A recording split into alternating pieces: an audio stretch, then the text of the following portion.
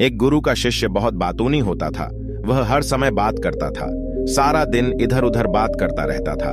अगर वह भीख मांगने जाता तो हर घर से एक नई कहानी लाता, और आश्रम के अन्य शिष्यों को एक दूसरे के लिए एक शिष्य दुर्व्यवहार करता है, वह गपशप करता है और दूसरों के लिए अच्छा होने की कोशिश करता है। अपने स्वयं के मुंह से खुद की प्रशंसा करता रहता है और हमेशा मास्टर के सामने सबसे बुद्धिमान और सही शिष्य के रूप में खुद को साबित करने की कोशिश करता है। वह खुद को अलग और सभी से बेहतर होने के लिए माना जाता है। कहा कि मैं एक अमीर परिवार से एक लड़का हूं। अगर मैं चाहता था मैं एक आरामदायक और शानदार जीवन जी सकता है, लेकिन मैं सब कुछ छोड़ दिया और यहाँ आया क्योंकि मैं सच में खुद को जानना चाहता हूँ, मैं जीवन को जानना चाहता हूँ। यही कारण है कि मेरे बलिदान सबसे बड़ा। एक दिन पुजारी आश्रम के लिए सभी शिष्यों को बुलाया है और कहा कि आप सभी अगले एक के लिए कुछ संकल्प लेने के लिए हैं। अपने संकल्प को मजबूत होगा और आप संचार की एक आत्मशक्ति आप किसी भी संकल्प लेने के लिए अपनी क्षमता के अनुसार ले सकते हैं होगा। और 1 महीने से पहले आप में से जो कोई भी अपने संकल्प को तोड़ता है वह अपने पुराने दिनचर्या के लिए वापस चला जाता है। सभी शिष्यों अपने के अनुसार बड़े या छोटे संकल्प ले लिया। उनके संकल्प के बारे में मास्टर को बताने के बाद वहां से छोड़ दिया, लेकिन बातूनी शिष्य खुद को अलग और बड़ा दिखाना चाहता था। तभी वह गुरु की कुटिया में पहुंचा और कहा कि मुझे कोई छोटा संकल्प नहीं करना है, बल्कि अपने जैसा कोई बड़ा और महान संकल्प करना है। कृपया बताएं कि मैं कौन सा संकल्प लूं। उस बातूनी शिष्य की बात सुनकर गुरु मुस्कुरा दिए और कहा, क्या तुम मेरे द्वारा दिए गए संकल्प को पूरा कर पाओगे? क्या उस संकल्प को पूरा करना तुम्हारे लिए संभव होगा? नहीं, यह तुम्हारे लिए संभव नहीं है। तुम इसे पूरा नहीं कर सकते तो अपना संकल्प स्वयं खोजो। शिष्य ने कहा, नहीं गुरुजी, जो भी संकल्प होगा मैं पूरा करूंगा, तुम मुझे देते हो, तुम मुझे बताओ।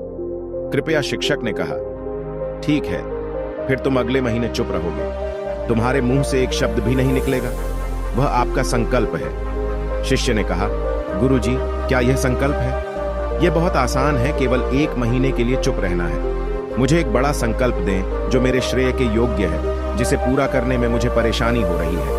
शिक्षक ने कहा कि पहले आप इस संकल्प को पूरा करें। शिष्य ने गुरु की आज्ञा का पालन किया, मुड़ा और झोपड़ी से बाहर चला गया। उसे चुप रहना बहुत आसान लगा। उसने किसी तरह चुपचाप एक दिन बिताया, लेकिन दूसरे दिन से उसके मन में न बोलने का बोझ बढ़ने लगा। तीसरे दिन उन्हें भारीपन महसूस होने लगा और चौथे दिन एक अजीब सी बेचैनी होने लगी। क्योंकि आश्रम के सभी शिष्य आपस में बात कर रहे थे, वह भी उनके सामने अपना पक्ष रखना चाहता था और उनकी बात बंद करना चाहता था, लेकिन उसका निश्चय उसके रास्ते में आ खड़ा हुआ। इसलिए वह सारा दिन केवल मुंह और आंखें ही बनाता रहा। ऐसे ही कुछ दिन और बीत गए और शिष्य बीमार पड़ गया। उसका सिर फटने वाला था, उसका खाने पीने का मन भी नहीं करता था, वह बस बोलना चाहता था। वह मास्टर जी के पास गया और उनके सामने बैठ गया और उन्हें लिख कर कहा, मास्टर जी, मुझे बोलना है, बिना कहे मुझे सांस नहीं आ रही है, मेरा दम घुट रहा है, मैं अंदर से पागल हो रहा हूं, मैं क्या कर सकता हूं? क्या मुझे अपने संकल्प तोड़ देने चाहिए? मास्टर जी यह पढ़कर मुस्कुराए और कहा कि संकल्प तो टूटने के लिए होते हैं, लेकिन जो अपने व्रत को पूरा करता है वही अपनी आंतरिक शक्ति को बढ़ा सकता है, और जो अपनी आंतरिक शक्ति को बढ़ाता है वह बुद्धि और जागृति के मार्ग पर आगे बढ़ता है। इसे लेना आपके हाथ में था, संकल्प, और इसे तोड़ना आपके ऊपर है। आपके कई सह शिष्य अपने संकल्प को तोड़कर अपनी दिनचर्या में लौट आए हैं। अगर आप ऐसा नहीं कर पा रहे हैं तो आप अपने संकल्प को तोड़ भी सकते हैं और अपनी पुरानी दिनचर्या में वापस जा सकते हैं। लेकिन याद रहे, अगर आज आप इस छोटे से संकल्प को संभाल नहीं पा रहे हैं तो बाकी जिंदगी कैसे संभालते हो? मुझे शक है बाकी फैसला पूरी तरह तुम्हारे हाथ में है। वैसे भी फैसला पूरी तरह तुम्हारे हाथ में वो बिना कुछ कहे वापस चले जाते थे और खुद को अपनी झोपड़ी में बंद कर लेते थे। झोपड़ी से बाहर आ जाते थे केवल अपने आवश्यक कार्यों के लिए। बाकी समय वे कुटिया के अंदर ही बैठे रहते। 15 दिन बीत चुके थे और आश्रम के सभी छात्रों का संकल्प लगभग टूट चुका था, लेकिन उस बातूनी शिष्य का संकल्प अभी भी चल ही रहा था कि प्रतिज्ञा लेने के बाद से वह एक शब्द भी नहीं बोला। पूरा आश्रम हैरान था कि इतना बोलने वाला आदमी चुप कैसे हो गया। 15 दिन बाद वह अपने मालिक के पास गया और लिखित में कहा कि हे मालिक, मैं बाहर से चुप हूं, लेकिन मेरे अंदर कई आवाजें हैं, बहुत रोना और शिकायत है। मैं अंदर ही अंदर बात करता रहता हूं, मेरा मन तरह तरह के सवाल करता रहता है। शांत मैं बाहर हूं, भीतर उतना ही शोर है। मुझे संदेह हो रहा है कि मेरा संकल्प अभी भी कायम है या नहीं। आपको बोलने की आदत है। आप ऊपर से भले ही खामोश हों, लेकिन अंदर ही अंदर कहते रहते हैं कि आपको इन बातों और आवाजों से दूर जाना होगा। कई दिन बीत जाते हैं और संकल्प का समय भी पूरा हो जाता है, पर वह शिष्य वापस नहीं आता। आश्रम में सभी को डर था कि जंगली जानवरों ने उसे खा लिया है। इस बीच लोगों ने उसे खोजने की बहुत कोशिश की, लेकिन वह कहीं नहीं मिला। गुरु के सभी शिष्यों ने स्वीकार किया था कि जंगली जानवरों ने उन्हें अपना शिकार बनाया था, लेकिन मास्टर जी को ऐसा नहीं लगा। एक दिन आश्रम का एक शिष्य गुरु के पास आया और बोला, गुरुजी, बातूनी शिष्य को क्या हुआ? जानवरों ने मार डाला होगा। गुरु ने कहा, जानवरों ने उसका शिकार किया हो सकता है, लेकिन उसके न लौटने का एक और कारण हो सकता है। हो सकता है कि वह वही प्राप्त करे जिसके लिए वह वहां गया था, मानव जीवन की, कि वो कभी चुप नहीं रह सकता। वो हमेशा कुछ ना कुछ कहता रहता है।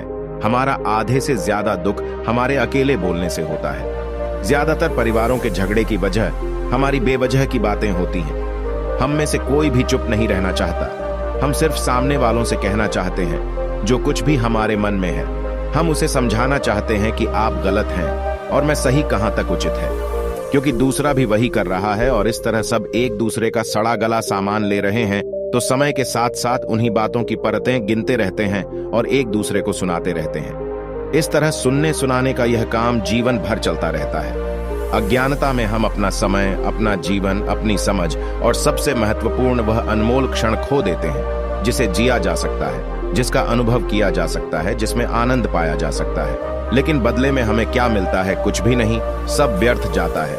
हम इस पागलपन में क्या खो चुके हैं? केवल कुछ लोगों को पता चलता है, बाकी लोगों को उनके आने का पता नहीं है, जैसे उन्हें उनके जाने का पता नहीं है। शिष्य ने कहा, फिर क्या इसका समाधान है? गुरु ने कहा कि अपने विचारों को पूरी सजगता से देखना ही सभी मानसिक समस्याओं से बाहर निकलने का एकमात्र उपाय है। उस बातूनी शिष्य को आश्रम छोड़े हुए 3 महीने बीत चुके थे, लेकिन कोई खबर नहीं थी। उनके अब तक सभी सह शिष्य भी उनके लौटने की उम्मीद छोड़ चुके थे। लेकिन एक दिन वह आश्रम लौट आता है। उसे देखकर सभी चकित और प्रसन्न हुए, लेकिन अब वह छोड़ने वालों में से नहीं था। वह कुछ और के रूप में वापस आया। उनमें एक अजीब परिवर्तन महसूस हो रहा था। उनके चेहरे पर एक अजीब सा भाव था और उनकी आंखों में बड़ी शांति थी। आश्रम में आते ही सभी शिष्यों ने उन्हें चारों तरफ से घेर लिया और बात करने लगा। उसने अपने भाइयों से भी बात करना शुरू कर दिया। जितने भी शिष्य उससे बात करते थे, उन्हें लगता था कि वह पहले की तरह बड़बोले और बातूनी नहीं थे। उनके मुख से एक एक शब्द बहुत ही मधुर और सलीके से निकला। कुछ देर अन्य शिष्यों से बातें करने के बाद वह गुरु के पास गए। क्या मेरा संकल्प अभी भी जारी है? गुरु ने कुछ देर तक शिष्य की आंखों में गौर से देखा और कहा, हाँ, तुम अब भी चुप हो। आपके मुंह से एक भी शब्द नहीं निकल रहा है और आपका संकल्प अभी भी कायम है। रुकना नहीं तो मैं जंगल में और गहराई में चला गया, इस उम्मीद में कि मुझे वहां शांति मिलेगी और मेरे मन की बकबक कम हो जाएगी। लेकिन मैं जितना एकांत में गया, मेरे अंदर की आवाज तेज होती गई। मुझे अपने भीतर की पुरानी आवाजें सुनाई देने लगीं। तब मुझे एहसास हुआ कि मैं कितना गलत था। अपने परिवार के सदस्यों, मित्रों और सह शिष्यों को बुरा भला कहता था, तो उस समय मुझे लगता था कि मैं सही था, सही कर रहा हूं। पर उस दिन मुझे पहली बार लगा कि मैं कितना गलत हूं। बहुत देर तक मेरे अंदर ये आवाजें, ये शिकायतें चलती रहीं, लेकिन धीरे धीरे मेरे अंदर से ये सारी आवाज चली गई। अब मैं अंदर से भी खामोश हूं। उस घने जंगल में बाहर से बोलने वाला कोई नहीं था और भीतर कोई आवाज नहीं बची थी। उस दिन पहली बार मुझे मौन का सही अर्थ समझ में आया। कितनी शांति थी मेरे आसपास। हालांकि अभी भी कुछ आवाजें थीं जो पहले आती थीं, लेकिन मैं उन्हें नहीं सुन सकता था। लेकिन अब मैं उन सभी आवाजों को स्पष्ट रूप से सुन सकता था, जो हवा की आवाज, पक्षियों के चहकने की आवाज, बहते पानी की आवाज, भौरों की गुनगुनाहट की आवाज मैंने पहली बार पूरे होश में सुनी। मैंने अपने आसपास इतनी शांति कभी महसूस नहीं की। आप पहली बार हैं जब मैंने शांति भंग करने के लिए अपने मुंह से एक शब्द निकाला है।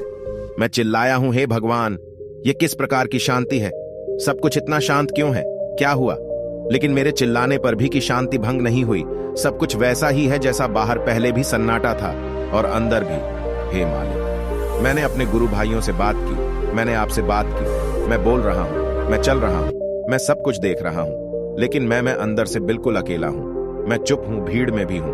मैं अकेला हूं और अंदर से अकेला हूं। मैं तब भी अकेला हूं जब मैं अपने आप में शोर मचाना चाहता हूं। अब सब कुछ दिखाई देता है, सब कुछ सुना जाता है। गुरु ने कहा, जब तक हम बाहर बातें करते रहते हैं, भीतर अशांति होगी। जिस दिन हम भीतर की ओर मुड़ेंगे, फिर जो कुछ हमारे मुंह से निकलेगा, हम शांत रहेंगे। क्योंकि हम चुप नहीं रहना चाहते।